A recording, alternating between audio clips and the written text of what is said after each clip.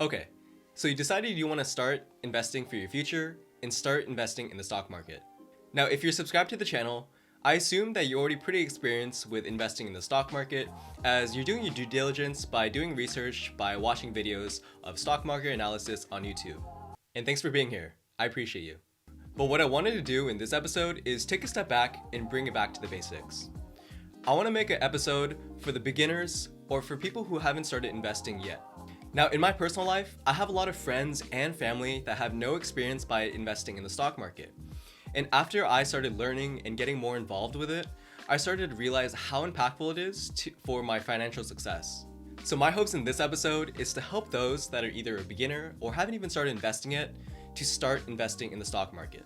Now, I want this to be your call to action to start with your investing journey.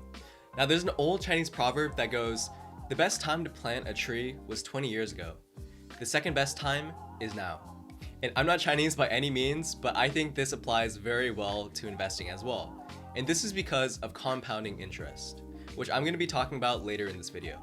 Now, for those of you who already have experience in the stock market, I hope this could be a resource for you to be able to share with other people that you know that haven't started investing yet. Now, before we get started, I wanted to give a quick background about myself. Now, my name is Kenny, and I'm 23 years old and currently living in the Bay Area. Now, I graduated from USC about 2 years ago studying finance, and ever since I've been working as an analyst. Now, I started my investing journey back in 2015 when I started college, so I've been invested in the market for about 5 years now. Now, I'm sure you can already tell, but I'm pretty passionate about stock market investing and personal finance. So that's why I wanted to create this channel. I wanted an outlet to be able to share my thoughts, build a community, and also help educate those who are just starting out. So in this episode, I want to talk about the basics of stock market investing and help those of you who are newer to get ramped up to start investing today.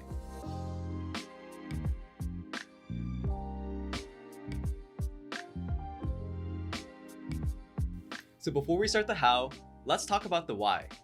Why should we be invested in the stock market? So let's say you just started your big boy job and you're starting to get your paychecks, which you're starting to save up. Well, now the question is, what are we going to do with that? Well, first, it's recommended to be able to save up to 3 to 6 months of your monthly expenses. Now, traditionally, savings account give around 2% every single year for you just keeping your cash in that account.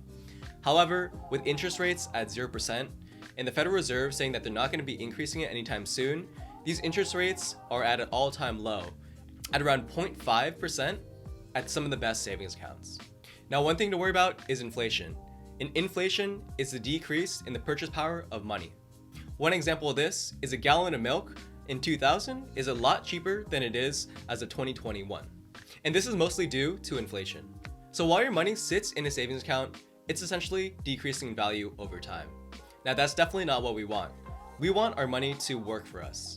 Now, just imagine, you set up everything in advance, you can sit back and have your money work for you, giving you about 8% every single year. Sounds amazing, right? Well, that's all the power of stock market investing. Now let's talk about the power of compounding interest. Now, the power of compounding works by growing your wealth exponentially. It adds the profit earned back to the principal amount and then reinvests the entire sum back in the market. I know that's a little confusing, so let me give a prime example of this. So in this example, we have 3 different people. We have Michael, Jennifer, and Sam. Now, each of them invest $1,000 each month for 10 years. However, Michael starts at the age of 25, Jennifer starts at the age of 35, and Sam starts at the age of 45. Now, assuming a 7% return every single year, we can see the returns that each of them get when they retire at the age of 65.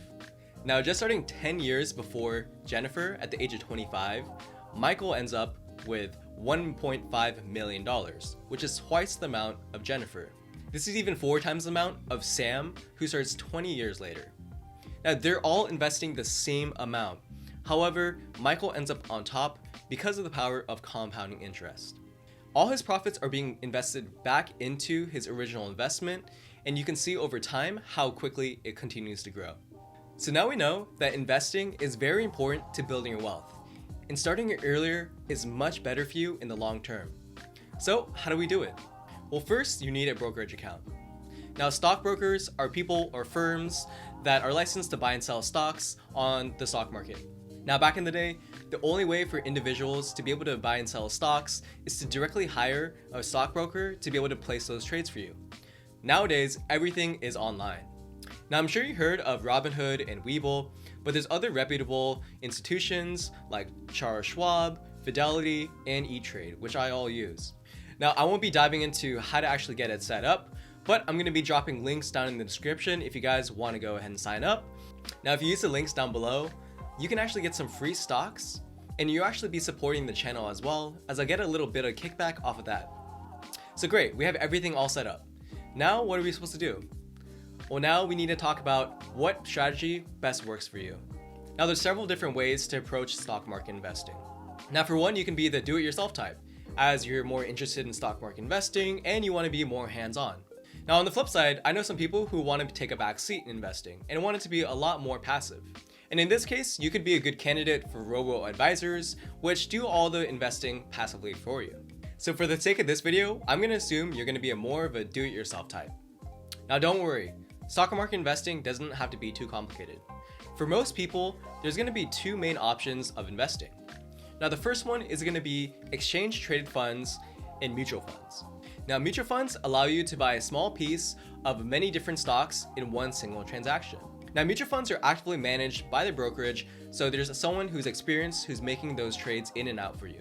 Now, index funds and ETFs are a kind of mutual fund that track an overall index. So take, for example, the S&P 500.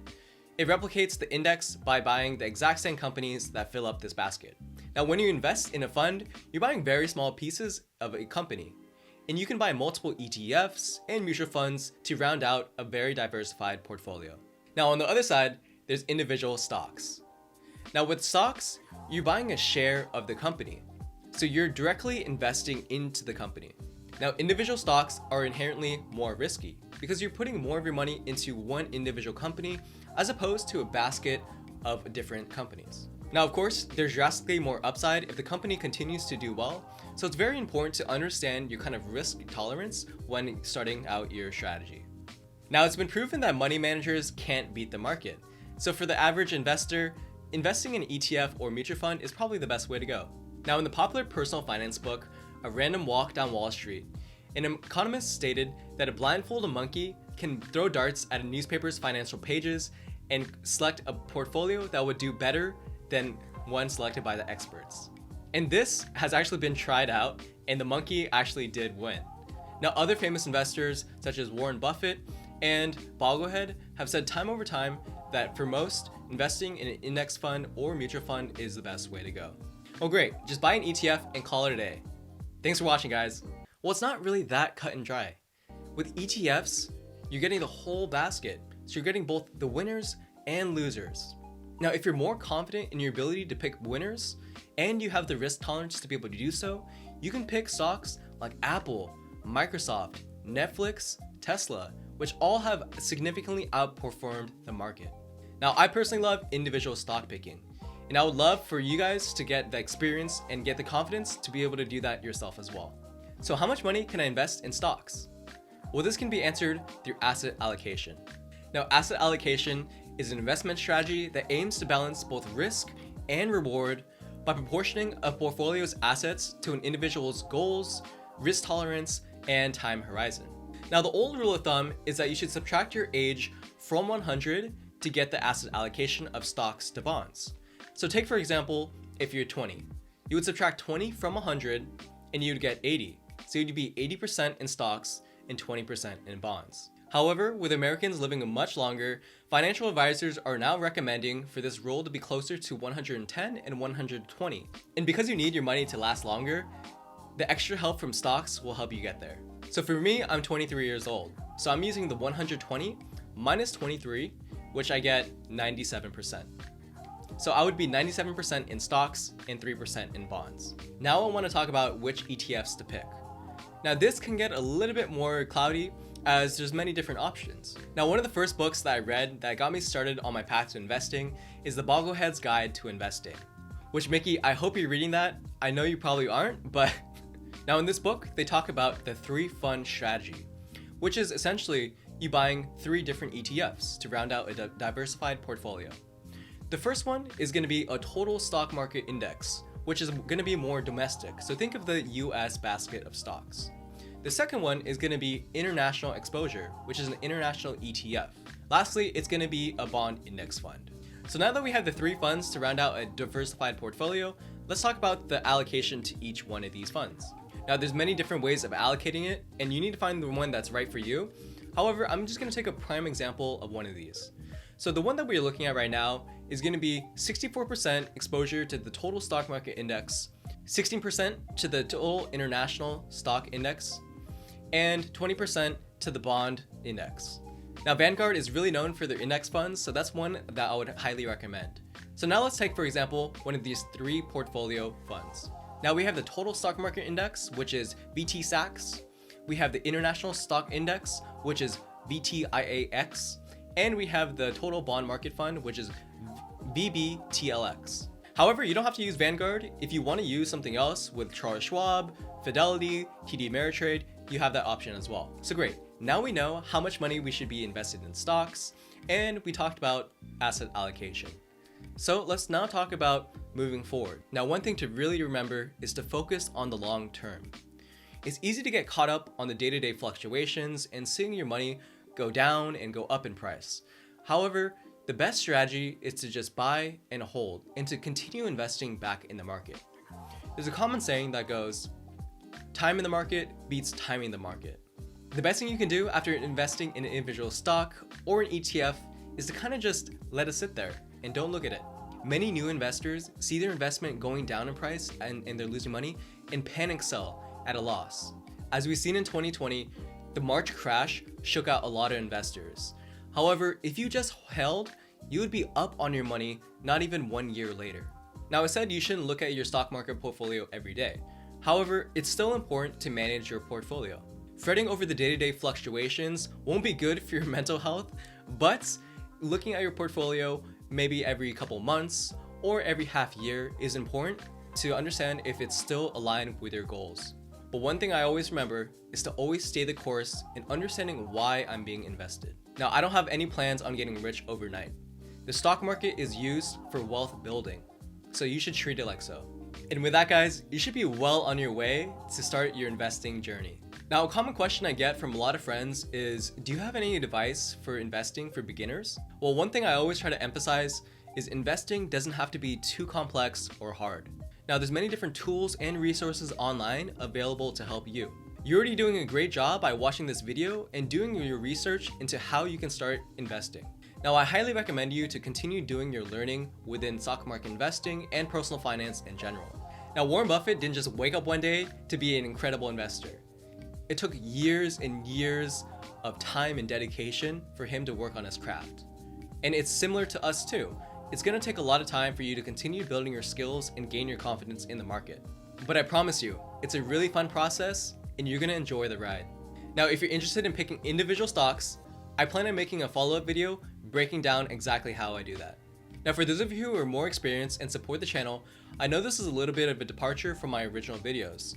However, I really wanted to make this video as it's very personal to me to be able to help other friends and family be able to start this journey.